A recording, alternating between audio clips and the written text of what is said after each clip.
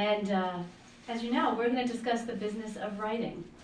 And that covers a lot of different topics, and we have a very diverse panel for you today.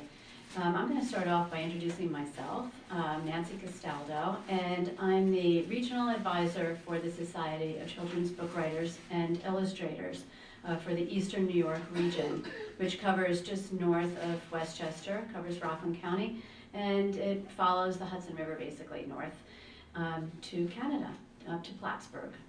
So we have monthly meetings in all of our, well, 4 of our locations, all up and down the river. So we have a monthly meeting in Poughkeepsie. I think it's the last Saturday of each month. That's very dynamic and it's free. It's open to the public. And we also have one in the Capital Region. Those are the 2 closest to the Red Hook area. The Capital Region is the last Monday night of each month in Guilderland. I'm also a children's author, and I've authored several nonfiction books and a picture book for children. My next book is coming out in July on sniffer dogs with Houghton Mifflin. And what I'd like to do now is go down the panel and have each of our participants introduce their publishing experience. Bruce, could you start off by telling us about your indie publishing house and how you came into publishing? I was hoping to be last. No. Well, let's see, I was misinformed. Back in 1974, and someone said that there was money to be made in publishing.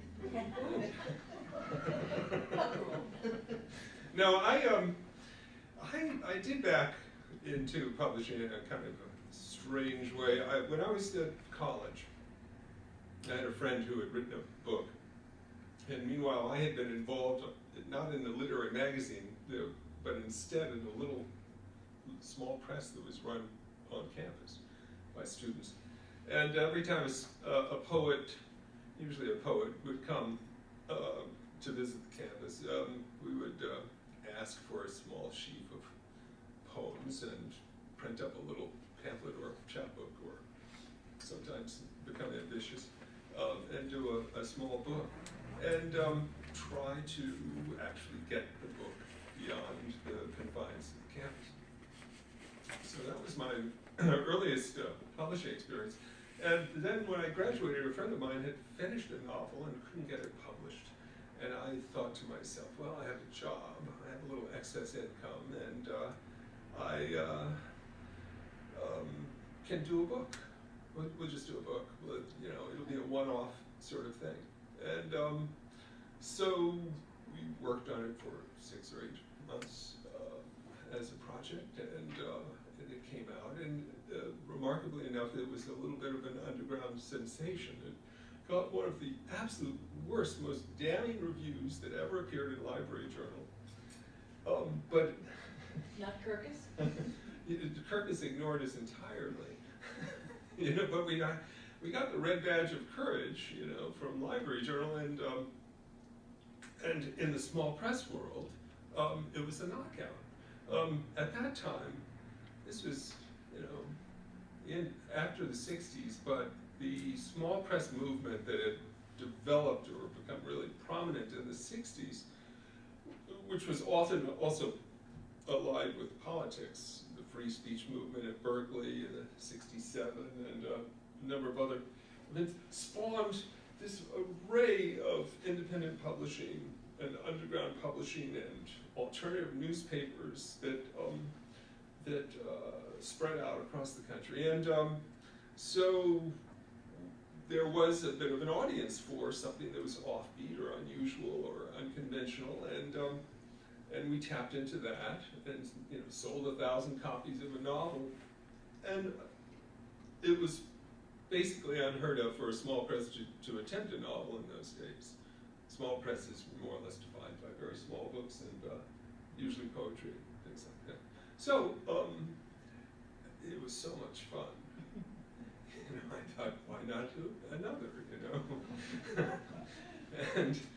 And so for several years, while I had a job, I published little books that, returning to books of poetry. And I had developed through that little small press in probably going over, and I'm telling you way too much, but anyway, I started publishing authors who in some cases were fairly well known, and when you start doing that, you end up making a lot of contacts and other authors, and people start, if they pay attention or take notice, then you suddenly find yourself with a lot of friends, and you more or less have a target painted on your back. And so at this time also, there were the first independent small press book fairs. They started in San Francisco and New York City, and they were really wild affairs at that time. A lot of them were unprofessional. All the books you see today published by small presses are very professional. They're perfectly designed and everything. But in those days, it was all, however you could do it. And so there were mimeograph magazines and books, there was offset, there were letterpress, there was silkscreen things, there were, mad combinations. It was in a way a more creative scene than it is today, unless you seek out the people who do art-related books, like the New York Art Fair, book fair, things like that, which are pretty wild events. Anyway, so I did a few books, and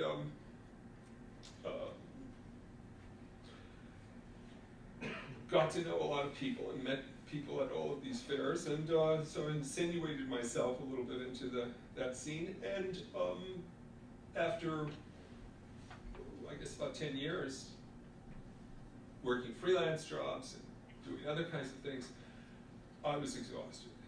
And the question was, do I do this full time or not?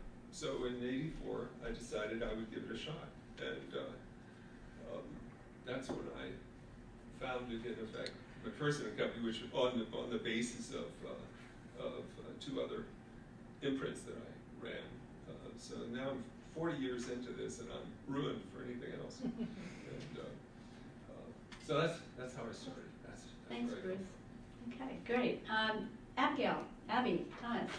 Hi. You are a memoir author, but you've also had other roles in publishing. Can you introduce yourself and tell us Sure. how you stepped into the role of being an author? Yeah, that was a funny step. Oh God. I wrote poems during two very unhappy marriages, which I then hid under the ironing board cover, so you know how long ago that was. And then I got divorced for the second time and needed a job. And my father had published with the Viking Press, and there was a job opening as slush reader, the last of the slush readers. And I went and had an interview, and most slush readers are like 20, and I was 40, was I 48 or 38? I was 37. So I was like this elderly duckling reading all the stuff that came in over the transom and having a really good time. And then I got promoted to the next level, which was editorial assistant. And then I got promoted to assistant editor, at which point I realized I couldn't just say, we've got to publish this, I really love this book you've got to, I had to have numbers, I had to know marketing and all that, so I quit. And I continued to try to write poetry, but I couldn't write poetry anymore. And then somebody told me a story that I couldn't get out of my head. I had, balled it up and, what do you think you are? And then somebody told me a story I couldn't get out of my head, and I really wanted to write it, and I wrote it in the voice of the woman who had told me it didn't work. But as I've said before, this was the first time the story was more important than my ego, and I didn't mind writing badly in order to try and find a way to get it right, and I finally did. And then it got published, and then I kept writing more stories, and they got published, and blah, blah, blah. And then I had 3 books of fiction, and then I only write memoir now because I think you write memoir when something kind of catastrophic happens, or something happens that completely changes everything. And in order to figure out what this means and why, and give something meaningless a meaning, and just try and understand it and how you got here from there. The last 3 books I've done have had to do with unfortunately, hard things that happened, which make it impossible. And they were so serious that to have made them into fiction would have sort of trivialized the whole experience. So I write memoir, and the business of writing for a writer is writing. You do have to write.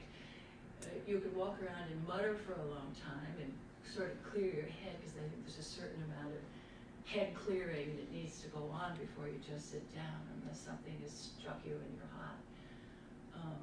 And it also, I know there are writers who make themselves write every single day. I can't do that. But I keep my eyes and ears open for something that snags me. Like when you're going down a river and suddenly you're caught on a branch, you have to look at the branch and write it down. That's really it. I was an agent too. I forgot I was an agent. I completely forgot. Oh, I quit publishing and got a job in a very, very rich Upper East Side school as the secretary to the whatever it is, counselor. And all of them wanted to be plastic surgeons and lawyers, and they all wanted to make money, and they weren't embarrassed about it.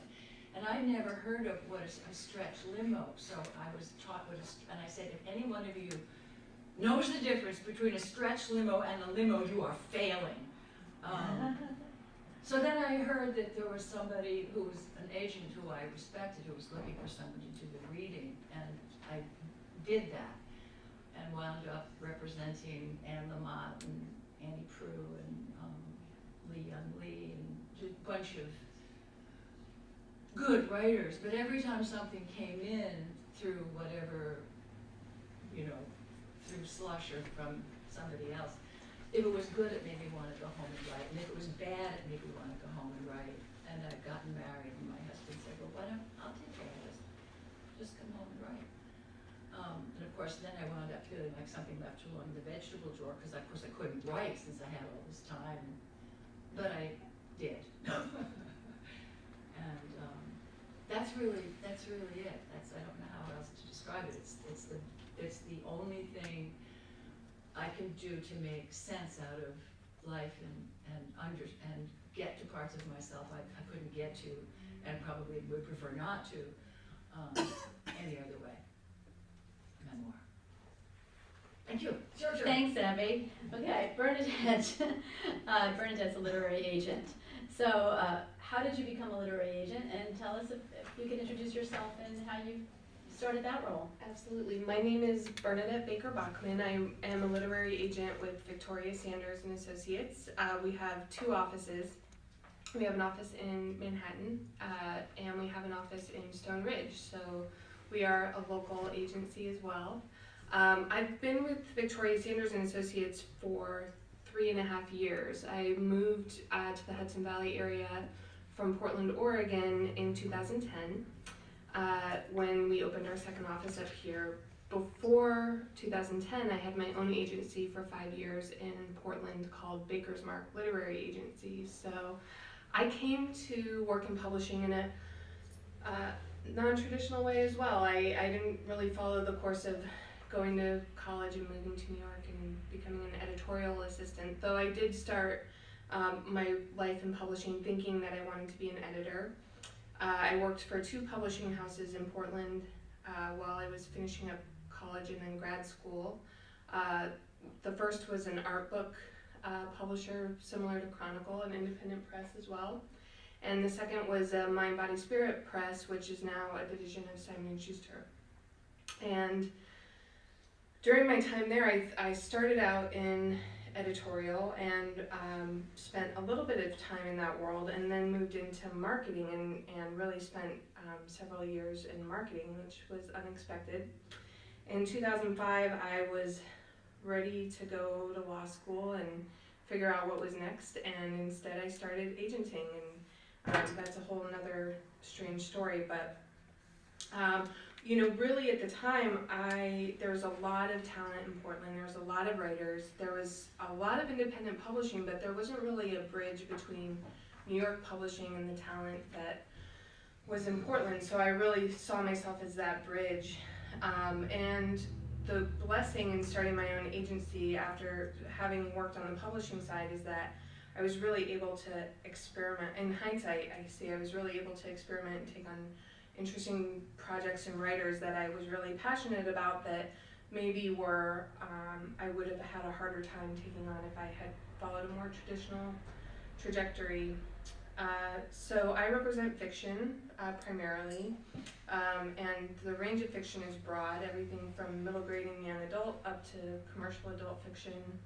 I also really, I think, am known for representing graphic novels because I started agenting at a time where comics were really a big part of the conversation in publishing, and people were very excited about them, and I was in an area where there was a lot of illustrators and a lot of people in those conversations, and the small press world is a big supporter of comics as well. So I do represent a number of illustrators and writers of comics as well, and that makes me dabble in children's picture books a little bit as well, although I don't spend so much time in that world. And then from time to time as an agency, we have 3 primary agents, myself, Victoria Sanders, and Chris Kepner. All 3 of us have our own client list. And I would say together we represent a very broad spectrum of writers, but we are also a boutique agency, so we take on a very limited amount of new clients. We really have very close one-on-one relationships with our clients, and we do some nonfiction, but not a ton of nonfiction. We're a little more selective in that area as well. Thank you. So as you can see, very diverse panel. So I think we're going to be able to answer a lot of questions about the business of writing, and we also will be able to take questions from you at the end of the panel. So we will leave time for that. We do have a lot of things to cover. First of all, I wanted to talk a little bit about how a book begins with each of us, because I think it probably begins very, very differently from all these different perspectives. For me, I'm a full-time author, and as I said, I write children's books at this point. I started in magazines, but I work now only in children's books. And for me, a book begins with an idea. And of course, that idea could come from anywhere. It could come from a newspaper article that I've read or watched something on TV, or very often when I'm traveling, I get a spark or I find out something that's interesting. I wrote a picture book called Pizza for the Queen, and that began literally in Italy, eating pizza and hearing the story of how Raphael Esposito made pizza for Queen Margherita in Italy. So all these little tiny, as writers, I think we just kind of throw the net out and we just kind of gather these ideas. Do all these ideas become books? Not at all. But that's how they do begin, and then we try to nourish them a little bit and bring them along and see if they're worthwhile enough to actually become a book. For many of my books, as a nonfiction author, in a business sense, they start out as a proposal. Nonfiction books usually begin as a proposal, as opposed to a fiction book, like the picture book that I wrote or a novel that I write and complete it. But a nonfiction book begins with a proposal, with a chapter outline, with basic marketing, and with an overview of who I will contact, a bibliography, and that is a very complete package that I present to my agent or publisher or editor at that point. If it gets approved and I get a contract, then I in turn write that book and have a due date, and it moves forward. If it's a novel, then I sit down and actually, as they always say, butt in chair. Sit down and sit at the computer and start writing. So for each of us, I know that's very different. And let's start with you, Bernadette, and talk about how a book starts in your court. Yeah, in my world, my first interaction with the book is usually in the stage of the author's life where you're querying agents. So my first impression of a book usually comes in the form of an email Our submission guidelines ask for a query letter with the first 30 pages of a manuscript and the body of the email. And the purpose of that is if we read the query and we're intrigued, we can immediately keep reading the book and see if there's something there for us. It just sort of takes one step out of the process. So our first impressions really come from that letter and the first several pages of the manuscript, which by the time it comes to us, it probably has been in development for months or weeks or years.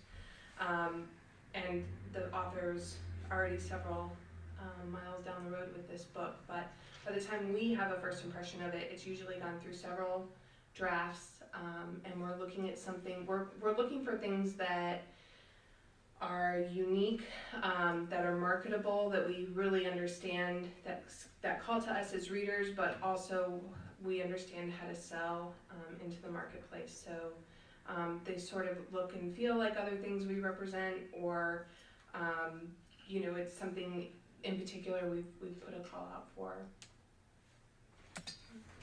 Abby, as a memoir author, how do your books begin? With a certain amount of bewilderment. And when I wrote Safekeeping, I had no idea I was writing a book. These little pieces kept flying out of me for no reason I could understand. It was after somebody I'd known really sort of half my life had died, and it felt like the past had been sawed off, and I wanted to figure out how I got here from there. And so all these little pieces came flying out, and I just kept writing and writing, because you don't mess with that when it's happening. And then eventually, eventually it turned into a book. It was in 3 sections. I thought I would end it with Quinn's death, and then I realized, but I'm not dead. So I wound up writing a quite different ending, which is what's so interesting in memoir. You think you know, well, you don't really think you know. You fool yourself into knowing what you think you know what you're doing. But if you don't get surprised along the way, or mortified along the way, you're probably doing something wrong. If it's easy to write, you're probably doing something wrong, or not going far enough down, unless you're talking about growing up on a farm in the who knows when, and then I'll read every word, and it doesn't have to be. I think with memoir there has to be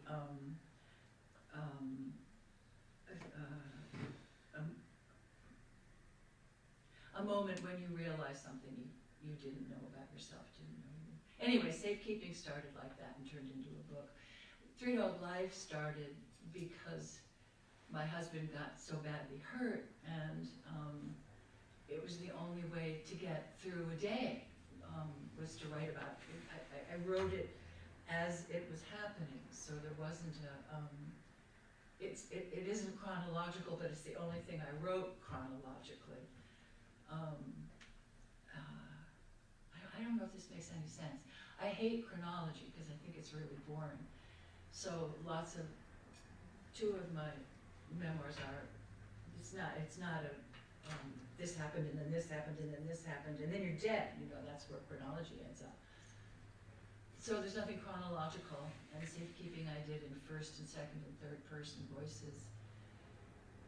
Anyway, when my agent sent it to my old editor at Algonquin, Chandra Avenel, she said, I just don't want to know these things about Abby. And she wanted me to turn it into a novel. And I hadn't lived my life like a novel. I'd lived my life a series of sucker punches and bad mistakes and hilarious moments. And I think memoir is about memory. It's not about the fact. It's about your memory. And what you remember, what you don't remember really is as important as what you do remember.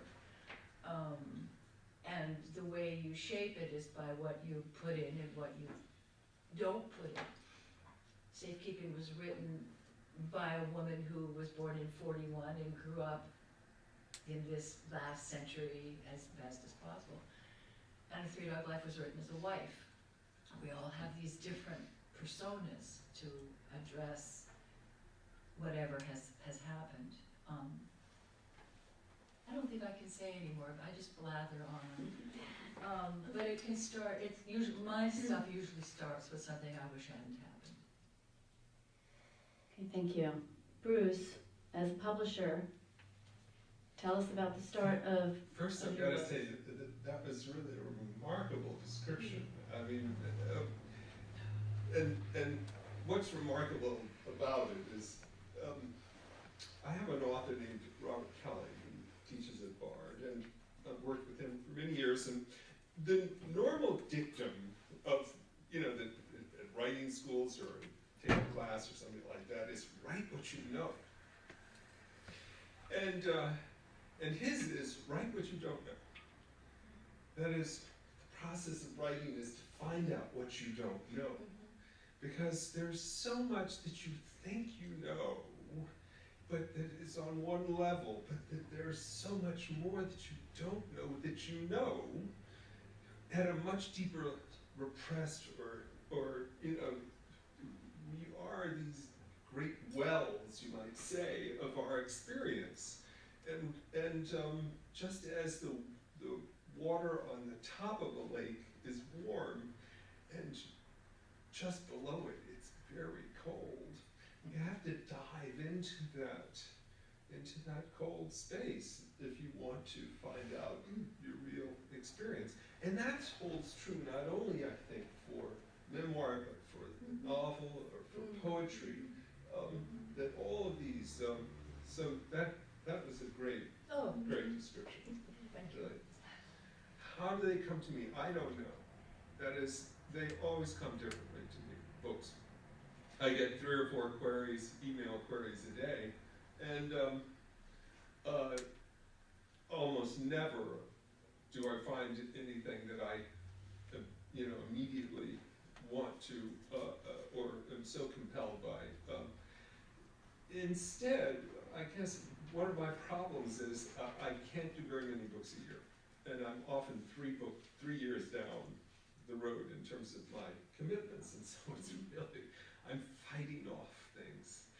And so I'm pushing everything away, and it's that rare thing that comes through, and usually, and surprises me. So every book to me that I do ends up as having been a surprise, and it usually comes to me from someone else that I know, either an author or a friend somewhere who says, I've read some of your books, or I know your list or something, I really think that you ought to consider this.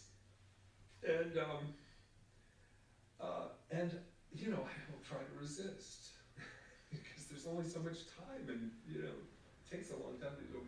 So, for example, the latest book I did was this book, which came out in November, and a poet that I published 30 years ago, and I've stayed in touch with, came to me and with an email, and I don't hear from him all that often. He said, you know, my wife and I have just read this really wonderful manuscript. We really think it's something you might be interested in. And I wrote back immediately and said, oh, I've got too many things, Clayton, I can't deal with this, you know. And he responded and said, no, you really got to read this. So I figured, okay, if you know, he got through my defense. and so I said, okay, have the manuscript sent to me. And it came, and I sat down, and I realized immediately that I was in trouble. Yeah.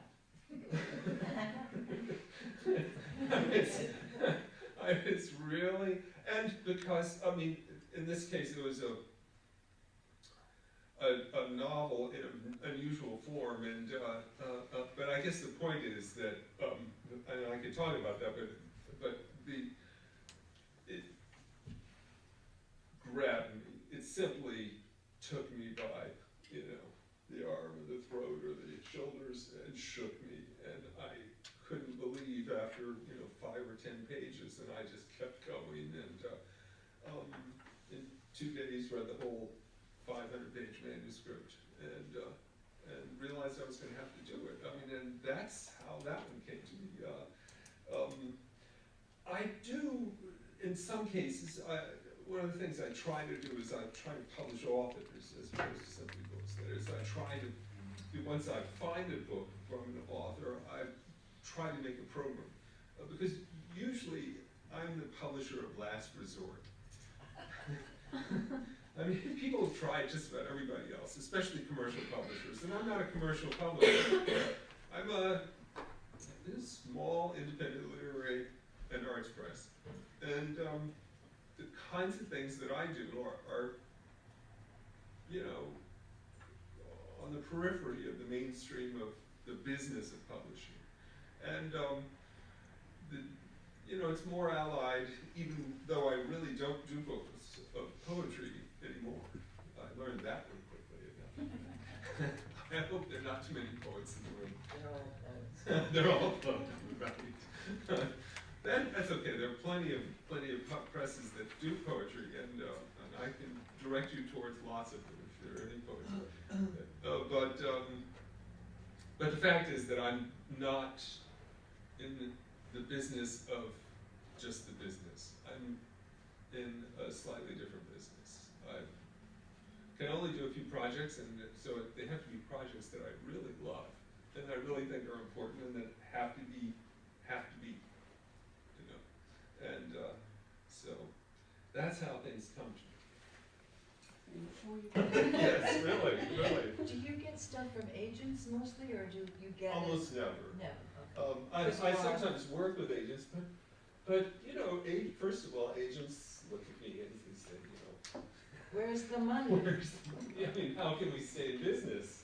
You know, because most of my books don't sell more than a couple thousand copies at best, especially in hardcover. That happens in major publishers too. It does. But still, major publishers have the wherewithal to gamble, you know, and I don't. You know, I have, everything has to make sense, and so my advances are very small, you know, like $1,000. It's more like an honorarium, you know, or a booby prize, you know, because, you know, here, go have a cup of coffee, you know, the rest of the year, you know, and, but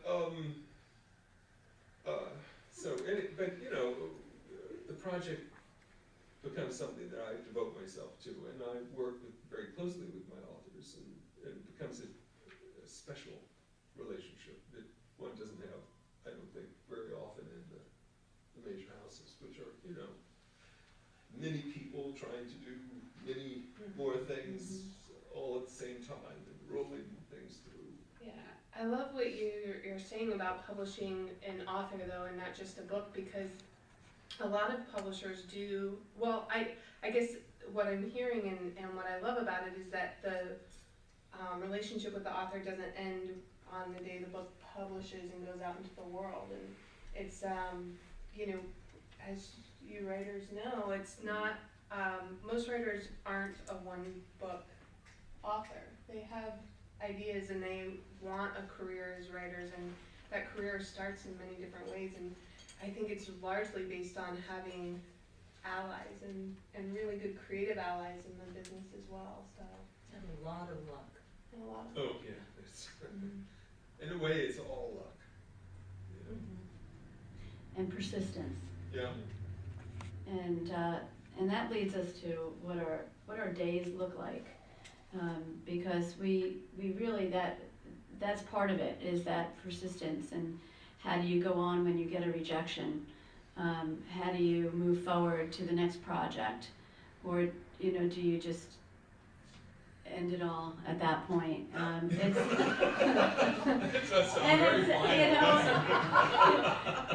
it's quite true, you know. I mean, I have so many author friends that just really get stopped at that point of criticism or that rejection that really can really stop careers. It really has that, you know, even very, very famous, well-known authors have never gone forward with a second book because of that fear of moving in a direction of either having the criticism, how can it compare to the first book, how can I succeed after this. It's not a business for the light of heart. I mean, it's a business that you have to really, I think, have a thick skin, and also believe in yourself and believe in your craft, believe in your own work. How do you, well, talk about your agency and dealing with your authors like that? Yeah, I mean, I think when you talk about persistence, to further Bruce's sentiment, we are, as agents, always looking for long-term relationships. We're not looking for short-term relationships with our authors. As we help our authors build their career, we're building our careers as well. So it's a very simpatico relationship. So we are looking for people who are very driven and very dedicated to their craft. The way I try to look at our relationships is that the authors are the creative side of the business and we are the business management side of the business, and these two things come together in the author-agent relationship. We are incredibly persistent. Rejection is a part of the process. For every success story we have, that success story has numerous rejections that we could talk about as well. I've yet to see a book go out that wasn't rejected by somebody. So rejection is just a part of the process. In fact, I have this book with me that just came out. It's a #1 indie next pick for this summer. It's called The Strange and Beautiful Sorrows of Ava Lavender. When I first tried to sell this book for my author, this is a book, by the way, that kept me up at night when I read it. And when I first tried to sell it for the author, we had no luck. I took it out everywhere. I knocked on every door, I felt, and we just couldn't sell it. And we took a little break. We retitled it. We recrafted our pitch, and we went out to a whole new list of editors, and we were able to sell it in a preemptive situation for a fair amount of money, and now it's #1 indie next pick for this summer. Yeah. So, You are great. It's, That's fabulous. I can you mean, back up a second and tell them what a preemptive is? yes.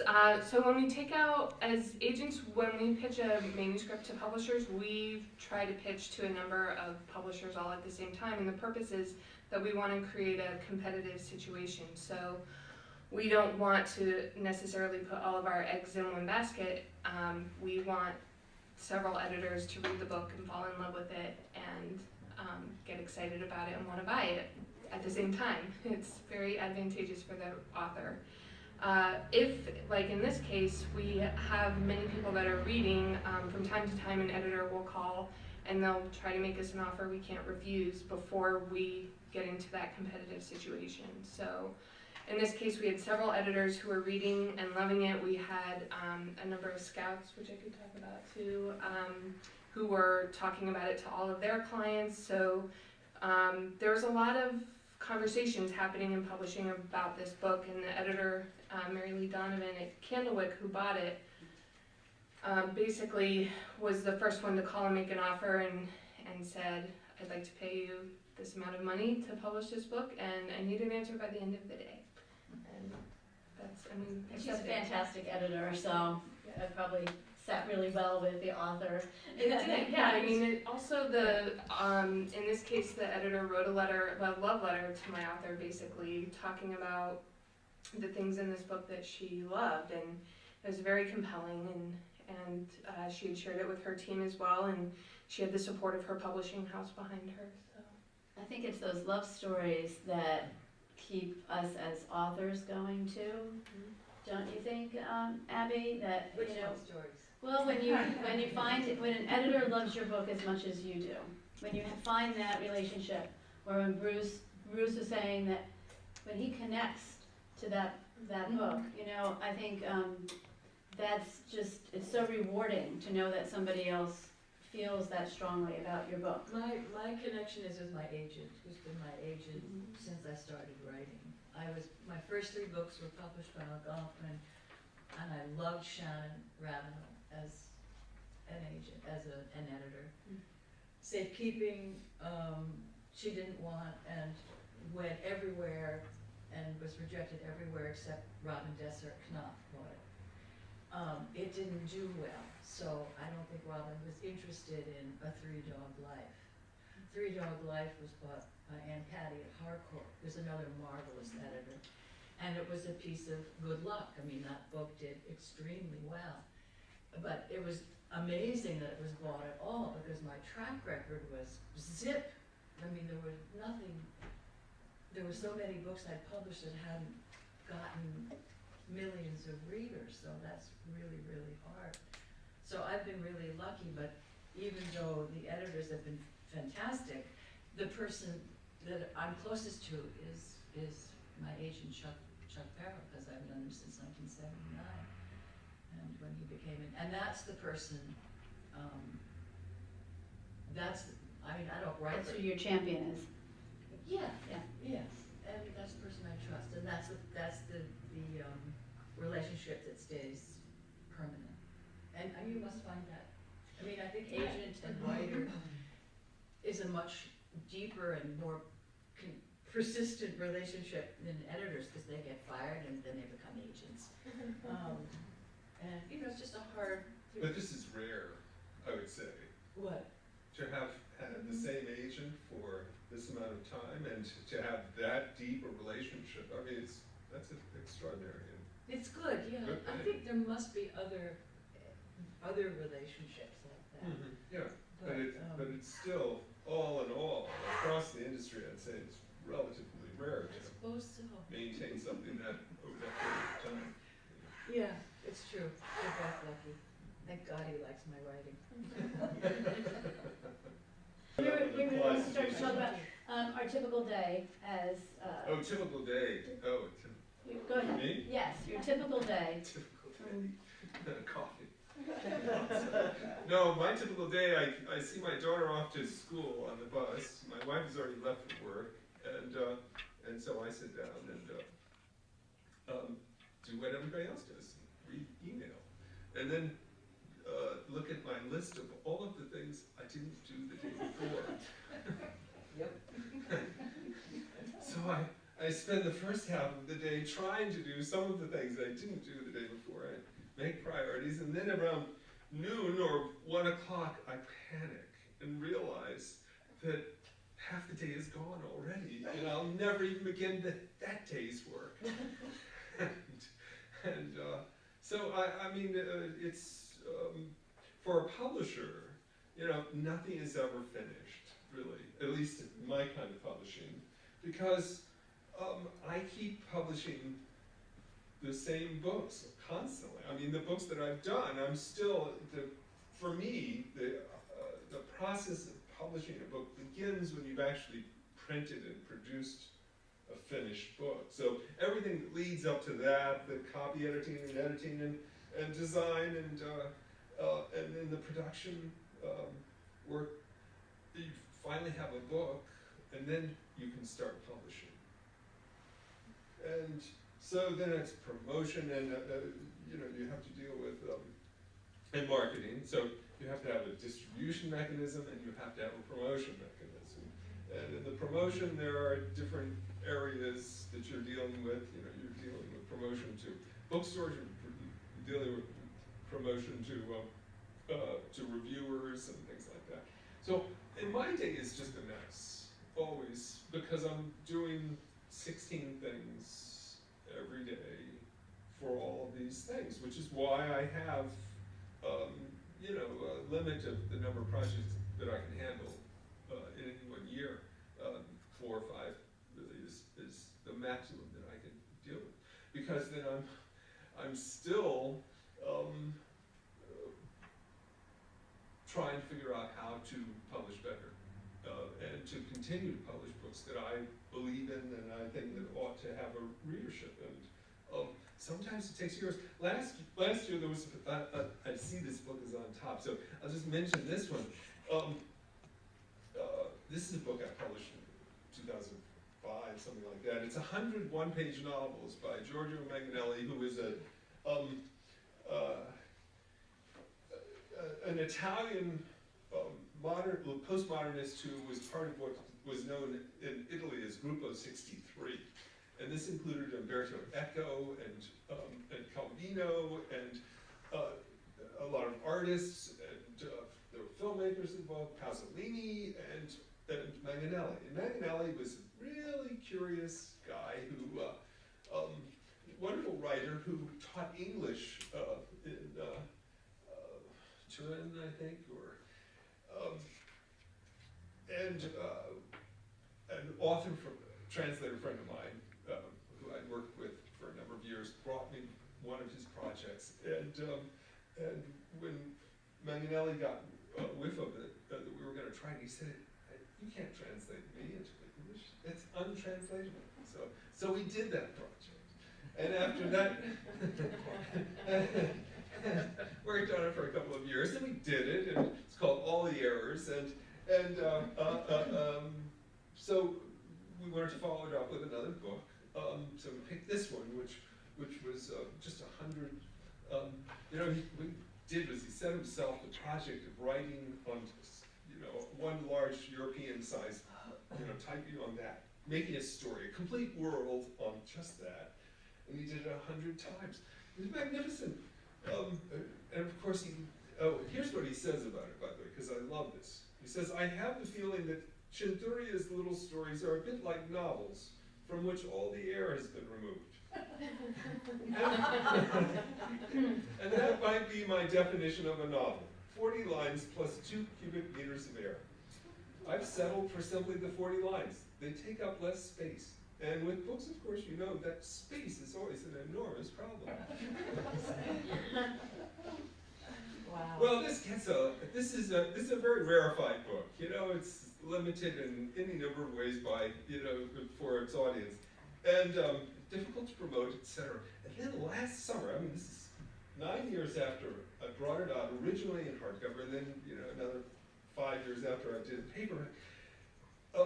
Jungpa Lahiri writes in a blog post about how she writes, what she does.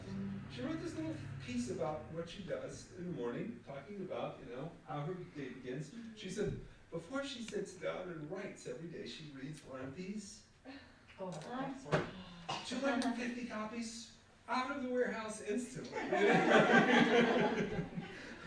You just never know what is going to suddenly spark interest, and as a result, now it continues. It's been given a new life, and that's sort of my project of every day. How do I breathe new life into all of the books that I have on my list, as well as continue to make them? We're going to touch back on that. We're going to come back to that topic, but before we do, I would love to hear some more about our typical days. Bernadette? Yeah, I don't think I answered that question. My typical day, it varies day to day. Like Bruce, I have an ongoing to-do list that is ever growing, and I'm always trying to get that to be shorter, and it's never shorter. But my days, it varies week to week. Some weeks I spend multiple days in the city, and on those weeks, I would say I'm pretty unplugged from the computer and from the sort of reading part of my work. On those days, I'm meeting with writers and editors and socializing and doing business and talking about books. On the days that I'm in my office, my days always start with checking in on email and dealing with the most pressing on-fire things first, and then working through my list from there. And I deal with everything from contract negotiations for my clients to we have publicity and marketing meetings with the publishers. We talk about their travel plans. Anything that's going on with my clients is a topic of conversation. And then of course there's a huge part of my job that's just administrative and keeping things in order. And then of course there's the looking for new talent part, which happens in the spaces in between most typically. I read queries every day. I respond to authors every day. We have an incredible amount of incoming material, so it's something that we really endeavor to stay on top of. But I do most of my reading, at night or on the weekends or when I'm away from my computer with all of its distractions. Thank you. We want to come back to Scouts in a little bit. Abby, you said you don't write every day, but Well, tell us about your typical writing day when you are a writing. typical writing day. I don't have a typical writing day. I have a typical day, which is I get up Mhm. when my dogs get up, which is sometimes, as it was this morning, four in the morning. And then I have like 6 espressos and 7 cigarettes and go back to bed. I usually take a nap almost as soon as I get up, because just before I fall asleep, I get all these, especially if I think I'm completely empty, just as it's like going underwater and suddenly just above you are all these little fish, and every one of them, if you could grab them, has a treasure inside. Let's see. It took me 7 years to write the last book I wrote. When I was writing, when I was excited about what I was trying to get straight, I wrote kind of all the time. I think when you're writing, you're sort of writing all the time. You're just not getting it down. I want to say something about rejection. Writers are people who have to write. No matter how many times they get rejected, no matter who likes it, that's the way painters have to paint. It's an organic, physical need. I finished the book, didn't know what to do with myself about a month ago, so I started writing little tiny pieces for a blog. So that's really fun, and that I do all the time. Writers write all the time, whether they're writing or not. I write when I'm excited about something. I write when I've got to get through something. I write to figure something out, but I don't write every day. I keep a notebook, and I scratch things down in the notebook. But that's it. That's it. Everybody works differently, and I can't force myself to sit down when I just have absolutely nothing but a blank head. So I nap. I used to drink. That's interesting. I'm getting these little glimpses, and there is that commonality that all writers have to write. And when we're thinking about a project, it's part of the project. So our jobs are not 9 to 5. They're not, 9 to 3. Although when my daughter was in school, when she was younger, I used to try to shower before she came home. That was my goal for the day, because I would get up and I'd have this set amount of time to get my work done. And I work as a writer, and I would get up in the morning and I'd get her off to school, and then I'd have this window of time, and I would sit and I would work and I would work, and then I would be still in my pajamas, and it'd be like, oh my God, it's 10 to 2, I gotta get out, I gotta shower. At least before she came home, I have to shower. But it didn't end there. Then I'd shower and I'd pick her up, and life would go on, and I'd cook dinner. But the wheels are always turning, and that project's always there. And now, of course, she's older, so now I don't have to shower at all. No, I'm kidding. But you have these. Life is always kind of creeping in, but if you didn't have life, you wouldn't have anything to write about. So you combine these things, and I do the same thing. I get up and I look at my emails, but I do find that very often when I'm working on a project, and I'm really into a project, that the morning right after I wake up is my most productive writing time, because those things are right on the surface. And I find that before I go to sleep at night, I read what I've written that day. And it kind of works while I'm sleeping. And then I get up in the morning, and then sometimes I can it's still there. And then I can just go in and do that. Now, you say you take a nap to do that. Sometimes, I will admit, I will go in and take a shower, because there's something about the water It's a good, that really helps get you unblocked sometimes and gets those thoughts going again. So for me, it's sometimes that's when I need to get a little bit more thinking time in, or loosen it up. When I do school visits with kids, and I'm there quite frequently, and they want to know what's it like being a writer, and I say it's great. My dog comes to work with me every day. My cat comes to work. I can work in my pajamas if I want. But there's also a ton of distractions, and as great as it is, there's also the home distractions, the phone rings. And I can remember when my daughter was in school, there was always an interruption of can you chaperone this school trip? Can you do this? Because I was home.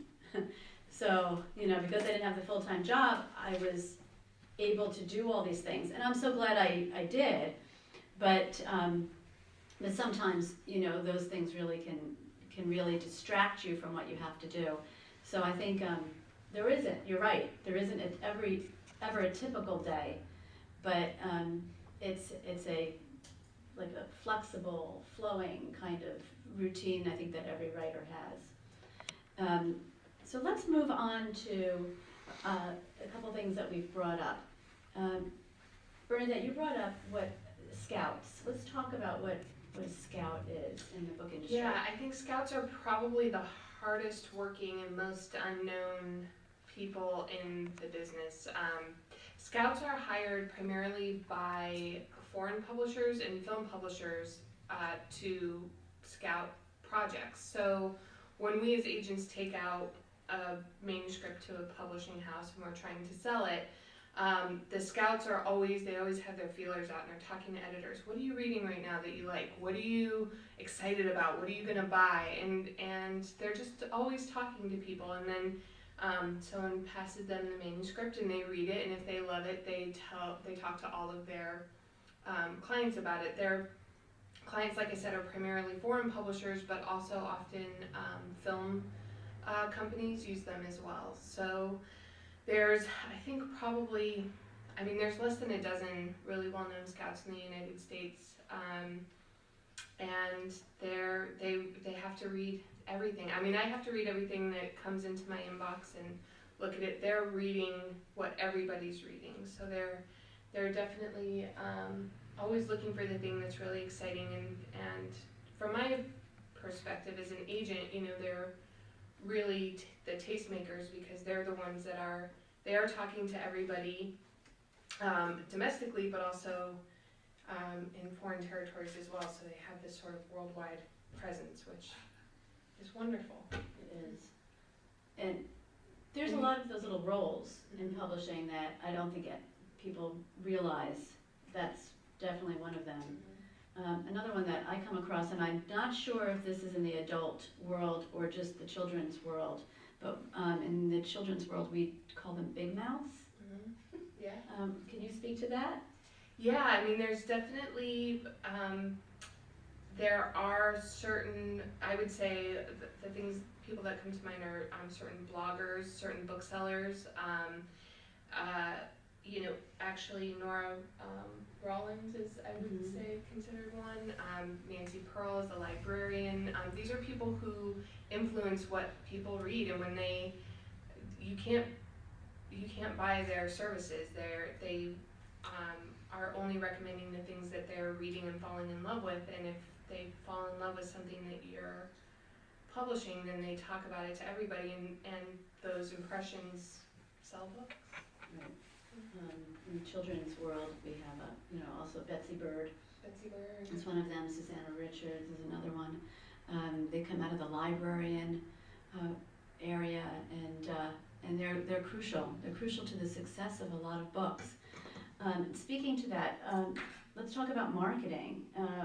Bruce, can you talk about marketing and the role of the publisher and the author in your press? When you say marketing, getting that word out, getting that, like we were talking about, getting that, spreading the word about a book and getting it into the hands of people. Responsibility of the publisher versus the author versus the agent.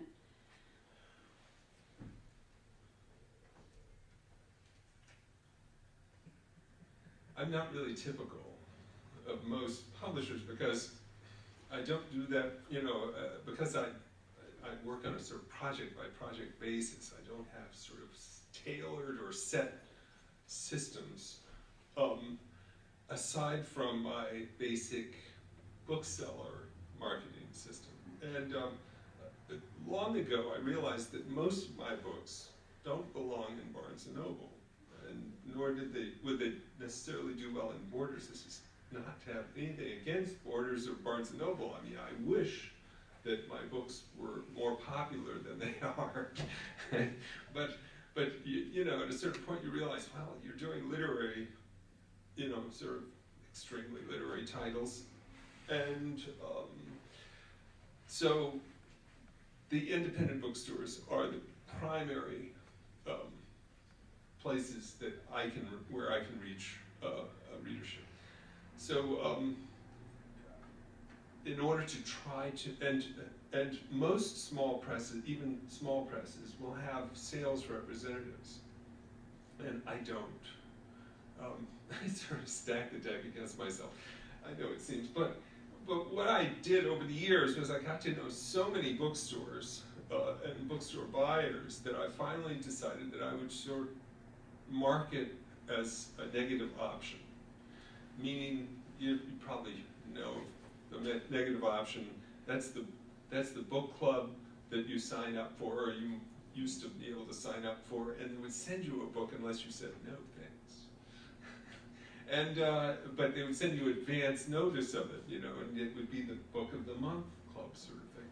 So I have about 50 or 60 of the top independent bookstores that have already accepted the notion that when I publish a book, they will get copies.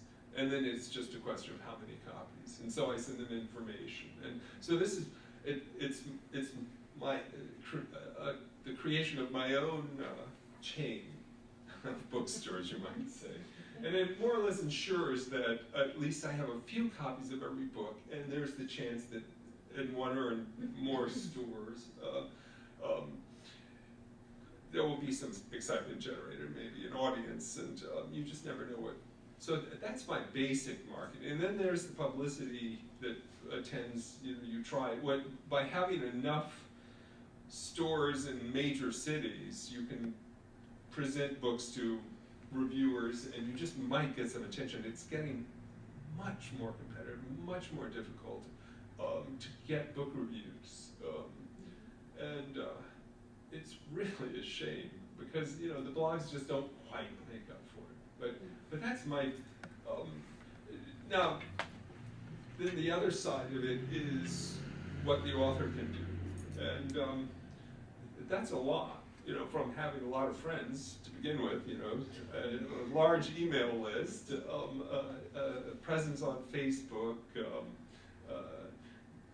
you know, the ability to use Twitter, or just simply a willingness to go sign books and go to bookstores, because having these bookstores, the attention of these people allows me to have, you know, a number of options to of places where I might be able to send my author. You know, it's not automatic, but it becomes more likely, especially if, you know, there are stores around where the author lives. In fact, this author is in Portland now, and Portland is Portland and Seattle are two of the great book towns in the country now. They're just fabulous. In fact, there's a great article today in the New York Times about Seattle. So that whole northwestern sector is perfect for marketing, and very active authors really help. A little bit. I think from the agent's perspective, what you just said to me, if I were talking to one of my clients about publishing with you, what I would say is that you have an incredibly sophisticated understanding of your market, and to be able to talk to your buyers on that intimate, direct level, to have buyers who trust what you publish on that level is a huge gift, and I think it shows a real understanding of what the market wants from you. And so to me, it just shows that what you have done, you've done really well. And then there's opportunity to break out, you know, these books when they come along. It's, I think you know, a lot of publishers do see their role ending when the book pubs, or 6 months after the book pubs, and to be able to have that type of relationship, direct relationship with your buyer, I think is not a very common attribute. It's great. Do you want to add to that as far as your authors? do you mean? Do you encourage them to do anything specific about their books once they? Yeah, I mean, I think you can definitely rely on the publisher in most cases to follow to meet certain benchmarks. They're going to catalog your book. They're going to present your book at their sales conferences. And, you know, obviously the editor's passion is sort of the starting place for all of the conversations that happen after the book is bought. But then getting, you know, support from the salespeople helps the book go out further into the marketplace. Getting, you know, selling foreign rates, showing that there is interest in the book in other territories. These things all help in the painting this bigger picture. I think you can count on your publisher to do a certain amount of, you know, marketing of your book no matter what, but anything that you can do to support their efforts is to your benefit. I mean, they're only going to do as much as is easy for them to do, as much as, you know, the more the market is excited about your book, the more your publisher is going to do to support your book in the marketplace. So the more you can do to generate that excitement, the more it helps. Thank you. Abby, you blog. Oh, no, I just started. You just started blogging. Yes, I just only did 7 blogs. I'm Okay. just doing it because I don't know what to do with myself if I'm not writing. Okay, so you're not promoting your books Oh, through God, no. blogging, or Oh, no. but it does help your books as well to be a presence. Well, I'm not exactly a presence. Yet. I'm really doing it because when I finish something and it's taken a long time to finish, I go crazy if I'm not writing. So little things occur to me and I write them down. Do you find that what marketing aspects do you pursue when a book is released? I don't do anything. You- I mean, you when, just- no, my last book was in 2005, I think.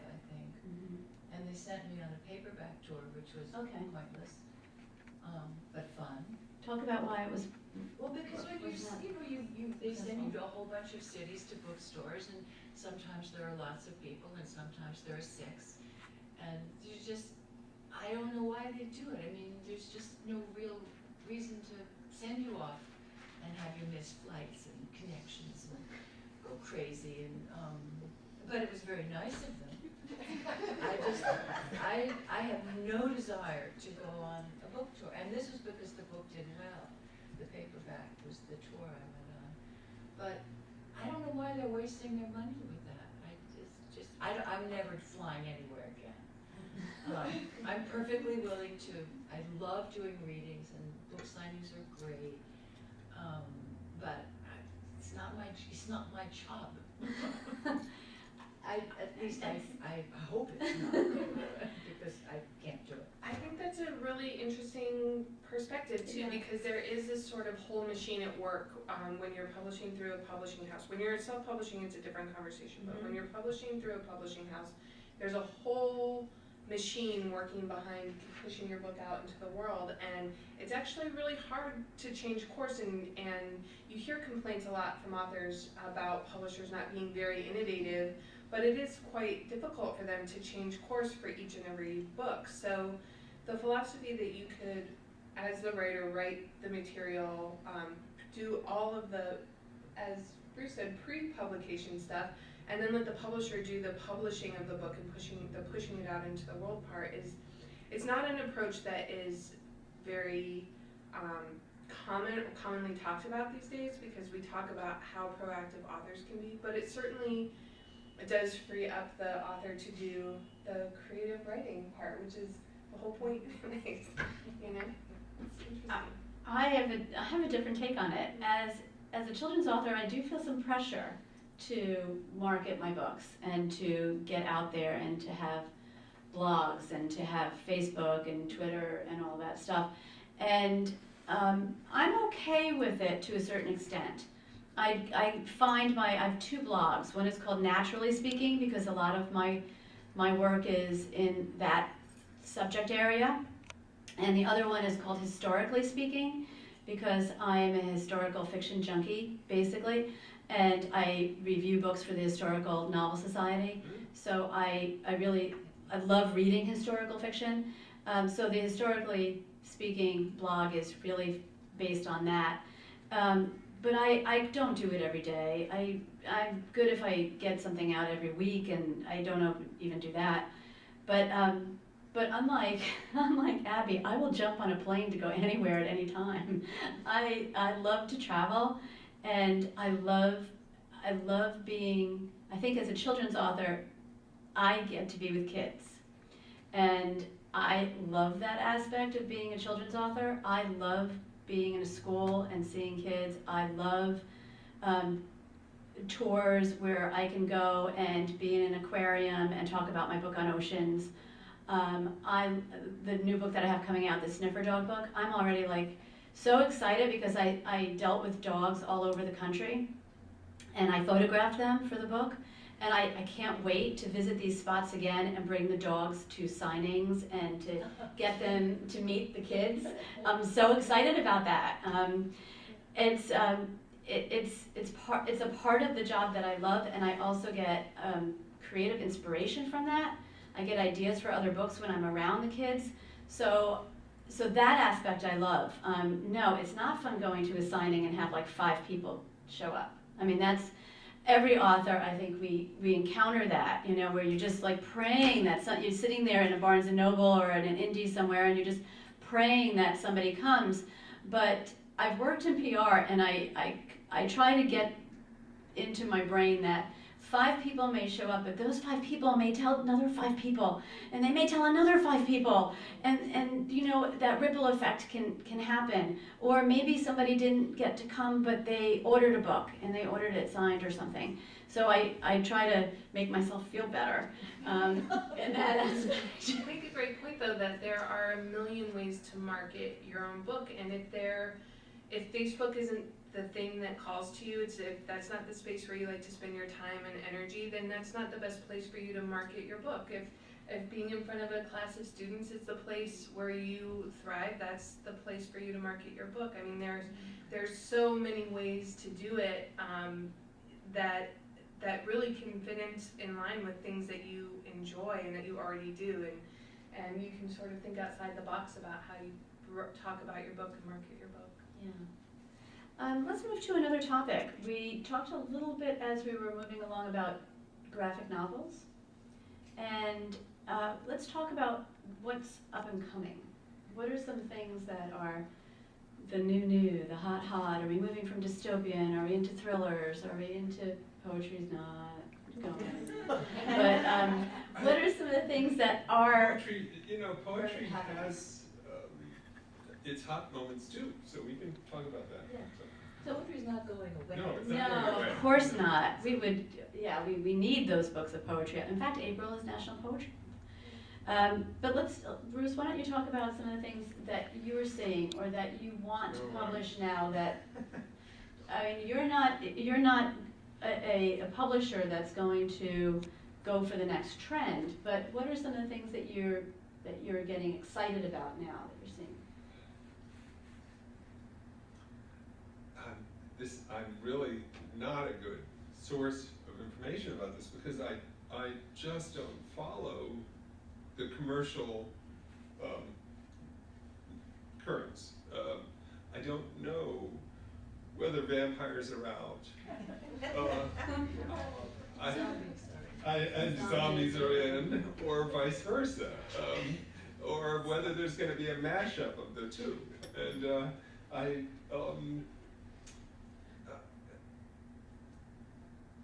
I think, what is perennially interesting is a fresh voice, the voice of the narrator, that comes across in prose, is the source of interest for me. I'm always just looking for something that commands my attention, and I never know what it's going to be about. In a way, it doesn't have to be about anything I'm necessarily interested in as subject matter in fiction. it just has to command my attention. And that's the new wave. I mean, that's the next interesting thing. That's the author has the power to transfix and mesmerize, and that's what I'm looking for. I'm looking to be moved. I'm looking to be taken out of my head into another place. I'm looking for, so I'm never looking for, I'm never paying attention necessarily to the waves and movements. I mean, I know that you, Brenda, have to have your, finger on that pulse. But for me, it's all my ear that matters. So, I don't know. I just want to say that as a writer, I don't think you should be keeping track of what's hot. I don't think you should have an audience in mind before you begin a book, unless you're really dying to write a zombie novel. But I think first and foremost we write for ourselves, and thinking of marketing the book before you've written the first chapter is, I don't think you're going to be much of a writer. You just write what you want to write without any thought for the market at all. Yeah, I agree. I would agree with that. I think that having the best possible book is the best thing you can do as a writer. And I think the value behind having conversations about what's hot and what's working is being able to contextualize your book for the people who have a stack of 1 million books that they have to choose, excuse me, which one to pick up. So this book, for instance, we sold as a young adult book, and when we're talking about trends, young adult right now has been, in children's publishing, has been a very robust and successful portion of the publishing business and the publishing world. But in terms of marketing this book, we talk about this book in context of a lot of adult books, books like Chocolat. And that's a really interesting way to talk about a young adult book, because you're talking about it in comparison to things that are distinctively not young adult books. But this is also a business of sensibilities, and so what you're trying to do is really, I feel like, talking to people about books in a way that they can understand and that they can relate to, which is just took a really philosophical turn. I'm very sorry. But I think we definitely see trends. We definitely know that vampires are out and zombies are in, and you're right, or not, they're on their way out. But we also don't look to acquire things based on trends. We will use trends to talk about books, because it's a useful way to talk about books. It's a useful way to contextualize what you're trying to sell, but it is not, we don't acquire something because it's hot. We acquire something because it is transfixing, as you say, or mesmerizing, and because it's compelling, because it calls to us. It's interesting, because I think those trends could impact an author's career. And I agree, you can never write to a trend, because by the time you actually finish the book that you're writing, by the time it actually gets published, that trend is probably long gone. So, I mean, that's the other factor. If when Twilight came out and you decide, oh, I think I'm going to write a vampire book now, well, get it done. By the time you do it, that vampire book, Twilight, was picked up by that publishing house probably like a year or whatever before. So that's the other thing. A book that I'm working on right now is not coming out till 2015, and I'm working on another one now that is not going to be coming out till 2016. So if I was writing for I don't know what's going to come out in what the trend is going to be in 2016. So you write for what you're passionate about. However, sometimes things that are happening or those trends can impact what you're selling. For example, right now, I meandered off the path of nonfiction and started to write a little fiction, but my nonfiction is selling really well right now, and I'm getting a lot more contracts based on my nonfiction now because of the Common Core standards, because now people want more nonfiction, and nonfiction is seeing a really creative, I think, like a renaissance at this point. You know, you're not getting the textbooks anymore or those, you know, old things that people used to pick up. You know, that nonfiction can be as much fun as a fiction book. They should be, otherwise you shouldn't be reading them, and as creative. So that's creating another wave, I think, and I think that's what happens sometimes. It may be that an author has a book tucked away that it wasn't the right time to publish it, or you may have gotten a lot of rejections a few years ago, but maybe that wave is coming, that it may be time to pull it out again. And it may see, like historical fiction, for example, I think sometimes that goes through little waves. Yeah. Or memoir. Or memoir. Really goes through. And then you say, oh, well, that, you know, maybe time to pull it out and rework it a little bit, or put new life into it and get it out there. But it's interesting to watch those commercial trends, because they really do create an environment that could be like stressful for writers and also really terrific at the same time, I think, and for publishers and for agents. I think agents have probably seen, they're probably up to their, you know, eyeballs, right, in vampire stories for a while. I mean, I remember speaking to some agents who were like, I don't even want to see or another zombie story, unless it's like really something completely different from the market. So let's move on to, we're going to go through, I think, like one or two more questions, and then we'll break and have some question and answer time left for us. So there was a couple other, I think, some real businessy questions we should talk about. I'd like to talk about contracts a little bit, negotiations, and that business aspect of writing. Can you start us off with that, Bernadette, and talk about how contracts have changed, what the new media outlets are bringing to them now, and how a publisher, agents, and authors need to protect themselves in negotiations? Yeah, and I'm sure Bruce can speak to this as well. I mean, I think we're seeing contracts, certainly in the, you know, almost 10 years that I've been agenting, we've seen a real shift in obviously breaking out what it means for electronic media, multimedia. I feel like a lot of, you know, we've seen a lot of our boilerplates with publishers changing, you know, just in these subtle ways over the course of the past several years to really specify, you know, what these things mean. Because there was a time where your contract would cover all media known, you know, now and to eternity. And now we're seeing publishers break out rights in more specific ways, because we have the ability to do that, because we have the technology to do that. But I think there's still, I mean, there's always a good contract and a bad contract. I feel like this is such a big question. I don't even know how to really answer it correctly, but the snapshot would be, I think that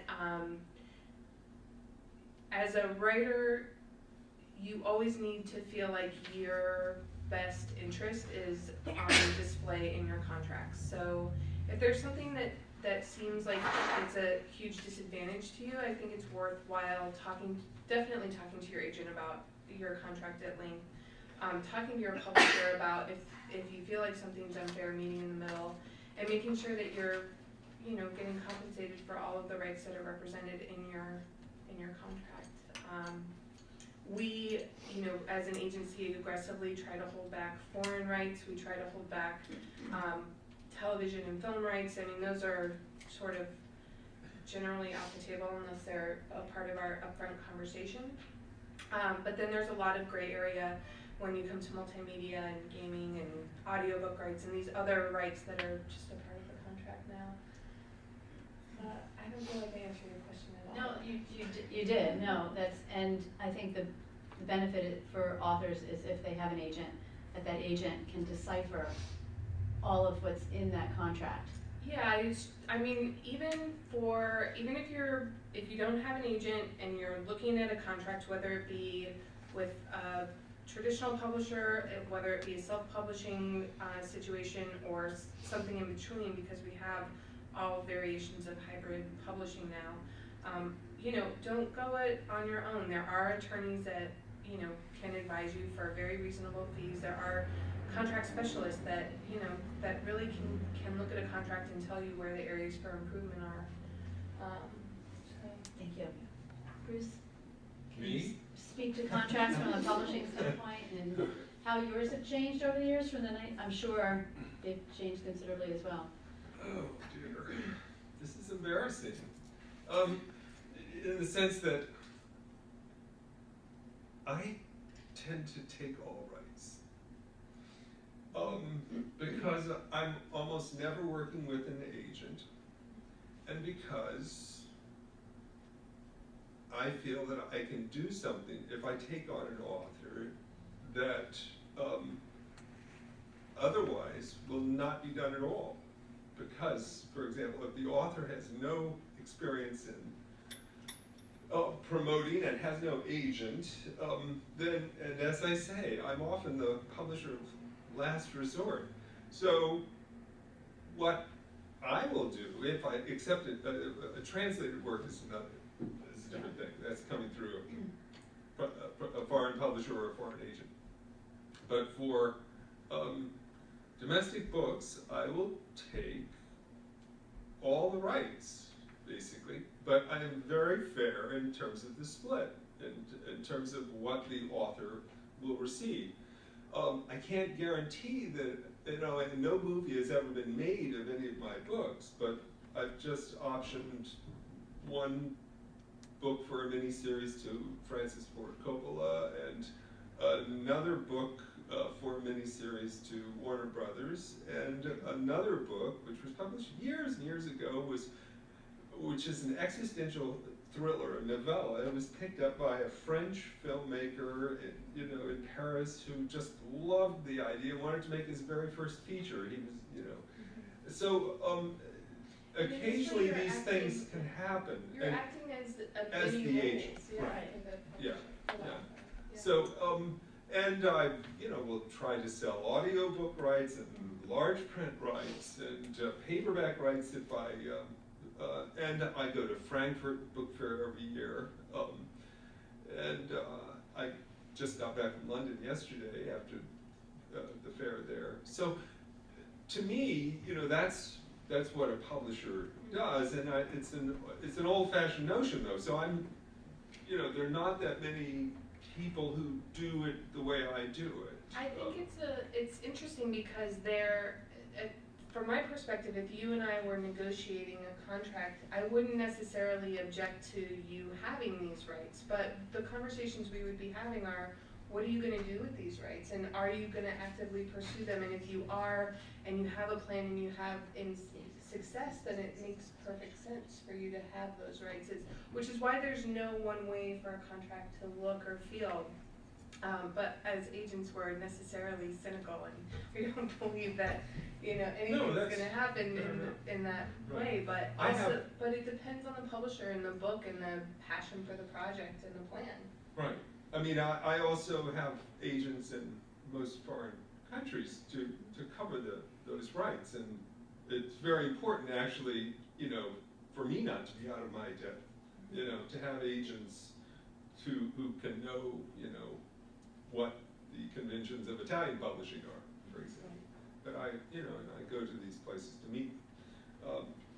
So it can work that way, and it can be to your benefit. It's just a question. It is really important to ask, well, if you want that, what are you going to do? If you want that right, if you want the media rights, or the stage rights, or the whatever, how are you going to actually attempt to exploit them? And what do you do as a matter of course? And I think that's really a key in publishing, is that there's so many different ways of being published now, and so many different ways of getting our work to press, to different presses, that these are all questions that an author or an illustrator have to think about when they're choosing a publisher, choosing an agent, of where they want to see that book in the future and what things are important to them. They may not care if they sell foreign rights, or it may not be an interest, but they still should be something that they should think about, and how that's going to be handled. We have some time for some questions. Gabby didn't answer. Oh, I don't know, Chuck does it. I Yeah. trust my agent, and he could get me a bigger upfront advance. From my standpoint too, I have an agent that handles it, so I You really need an don't agent. really, or Except a if you're the publisher. literary lawyer, or join the Authors Guild and have them do it. But somebody should look at it. Obviously, it's a legal document. Somebody should look at it. Okay. Anybody have a question? Yes, in the far back. As a reader, I am missing the book reviews that we used to be able to get in the newspapers, etc. I am a big fan of C-SPAN, that, the nonfiction on the weekend, nonfiction book reviews. Why are there no fiction reviews on there? I would love to be able to see that, and that would be such a wonderful market. Question is, why aren't there Have they any resisted fiction it? reviews or more fiction reviews in C-SPAN? Can anybody address that? I think I might have even run into that guy who does that.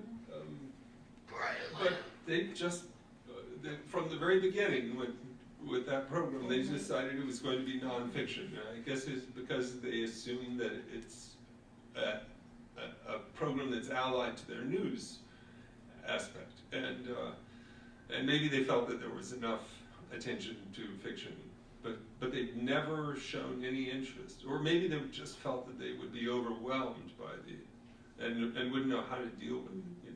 At least if they do historical fiction, they'd have.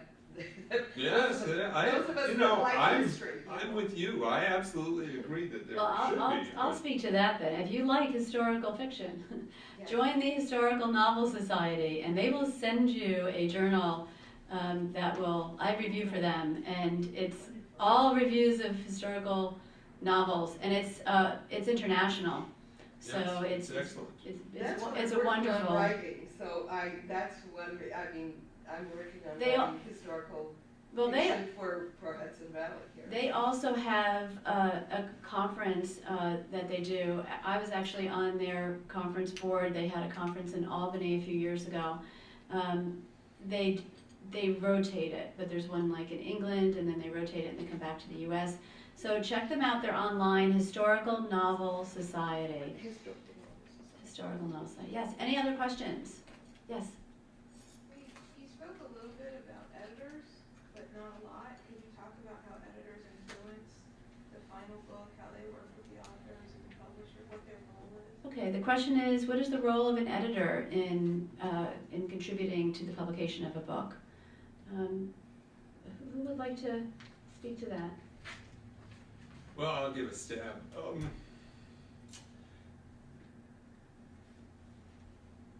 I try to publish books that I don't have to edit. That is, I try to have a book come to me so complete and finished and authoritative in its feel that there's almost nothing that I could do except make a mistake. There's almost no word that I could change. I mean, there's always going to be a little something, and that can be even in the very best. If Faulkner had an editor, I'm sure it was saying, "Do you really want to say that, Bill?" And but that's what I look for. Now, I often have found myself in a situation completely different, where I took 5 years to edit and publish a trilogy of historical fiction about Jamestown. And it was exhilarating, wonderful collaboration with the author, but I was doing line edits on this massive, unwieldy, whale of a book. And it was great as we, worked through it volume by volume. But really exhausting too. If, the role of an editor should be to try to help the author find what the author was originally trying to get at.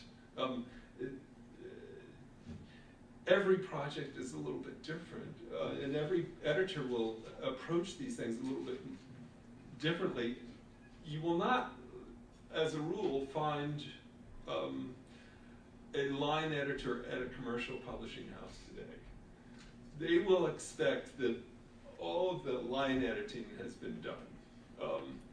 And sometimes that's done in collaboration with agents, or sometimes the way to approach it is to workshop the book. That is to join a group and in which you would actually read or work on your project and take the feedback from sympathetic fellow writers, which I absolutely think is a valid and great way to go. Ultimately, it's the author. I mean, whenever I've ever done any editing, it's suggestions.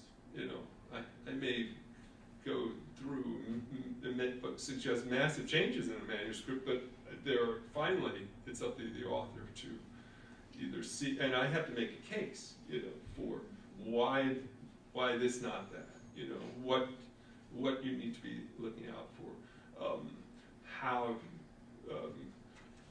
to get. It's always a matter of trying to get to the reader, and sometimes as an author, you get so wrapped up in your project, you can't quite see how the reader is going to see it, react to it. And so that's what the function of an editor is to be an extremely good reader. And to say, that was great, and this, you lost me on. I'll speak a little bit to it too. The editor's role in the publishing house is to be the champion for your book. They have, at any publishing house, they're the ones who have acquired your book. They're the ones who have decided that they want to add it to their list. They have, of course, gone through hoops to try to get a contract for that book. They've already done the numbers to find out if it will be marketable. They've done their research. They have to do a P&L sheet. It's quite extensive. So once they've taken that book on, they're the ones who really are your champions, and they'll see it through till the very end. They're the ones who will, hold your hand when you're writing it. Basically, if you have questions or, for example, I submitted my book to my editor after my contract, the book I'm currently working on now, which is about biodiversity and seeds, and it went to my publisher on February 1st, and I'm waiting for her comments. Now, the last time she saw this book was in proposal form, so she saw like a sample chapter, but she hasn't seen the book in its entirety. So I'm really looking forward to her comments, and for her, she'll give me big comments. She'll say things like, you can add another chapter, or this could be enhanced, or things like that. She won't be, like you're saying, correcting like commas and things like that. But she'll be the first eyes on it, and then I'm going to work with her because I did the photography on it too, to find out where those pictures are going to go, and then it will go to the designer, to the book designer. But we are talking about two thresholds we're talking about two thresholds here, and the first threshold is getting the attention of the editor, the publisher, getting them to, as Bruce stated earlier, I think so well, that everybody's working at capacity. Every editor arguably has a full list and no room for anybody else. So in order to gain their attention, your work, the first time they see it, has to make a really good impression. It has to be in a really stellar, phenomenal, standout shape. It has to stand on its own 2 feet. for them to even consider purchasing it. And then once they make the buy and they add you to their list, then you sort of pass the first threshold and come into that inner circle. And I've yet to meet an editor who doesn't edit. they all, you know, their editors are passionate readers, as you say. Good. And, but I think that, but they're all looking for things that don't need editing as well. It's, you know, because everybody's at their full capacity. So. But it, you know, and then if you go the other route to a picture book, for example. Abby, you did a picture book too, didn't you? Yeah, I did 3 of them. In picture books, if you're not the illustrator and you're the author, the editor is the one that puts that together and decides who's going to illustrate that book as well. So they're sort of like that matchmaker who has the vision for what the book is going to look like at the end, and they can shape that, because the author and the illustrator never meet during that, or very, very rarely meet during that process. So the editor is the one, the omniscient force behind that knows what the pictures look like and what the words look like and puts that together. But Abby, you've worked as an editor, so can you speak to that, the job as well as? Well, What working did as it an entail? editor, working as an agent was a whole lot more fun than working as an editor, because you'd get any number of different kinds of projects coming through the mail, and you didn't have to think, is this going to be right for Viking? Shall I not even bother with this? And I found the most fun was working with somebody who had talent, had a fire there, but it wasn't at all done. There was a book called French Dirt by Richard Goodman that Algonquin published many years ago, and it was sent to me, and the only part that worked was the little prologue that says, this is a love story, like all love stories, it contains blah, blah, blah. But in this case, I'm massacring it, but in this case it wasn't a woman, it was about my garden in France. So just from this little thing, I knew the guy could really write. So then we started, and it worked, and it got bought by Algonquin, and I think it's had its 20th anniversary thing. I loved doing that work, which is why I love doing workshops. I love doing a workshop. Do you have anything to add about actually your job as an editor? See, I did a lot of editing, but I was an editorial assistant, but I was given books to work on and did the editing. But in that instance, I wasn't responsible for the P&Ls. I didn't have to know anything about it. I just had to have the fun of working. Mm-hmm. So once I was an assistant editor, I just beat it out of there as fast as I could. I just didn't want that responsibility. I wanted to have fun. Does that answer your question? What was the question? What's the job of an editor? The job of an editor is to see where the stuff is great and tease the best stuff out of the writer if it's not there yet. Find out what's hiding behind a really bad paragraph. If you pick that paragraph up, what are you hiding from it? You know, it's like having sandpaper fingertips to go over a piece and see where the thing is humming, and say, you know, you went off to the left here. I have a feeling we should be going over here, and then you get this, and it's one of the most intimate experiences in the world is a writer and an editor who trust each other. It's a great experience. Any other questions?